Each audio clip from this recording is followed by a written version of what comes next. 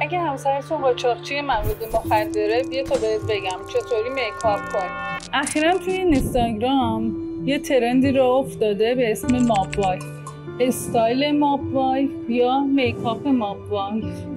خیلی میان با پالتوهای پوست و سایه‌های اسموکی و رژ لب‌های تیره میگن ما خودمون رو شبیه ماب وایفا درآوردیم.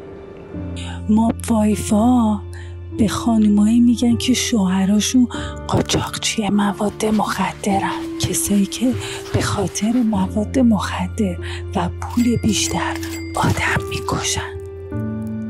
علاوه بر شوهراشون خود ماب وایفا هم آدمای خطرناکی هستن. این 3 تا خانم ایشون و ایشون ماب وایفای معروف و واقعی هستن.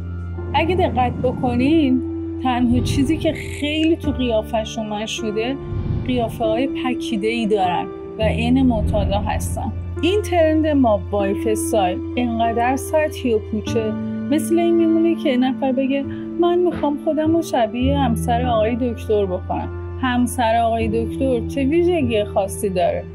هیچی، هر شکلی میتونه باشه. ماب وایف استایل هم المان خاصی نداره که ما بخوایم خودمون رو شبیه استایل ماب وایف بکنیم. پس نتیجه میگیریم که استایل ماب وایف مال من و شما نیست.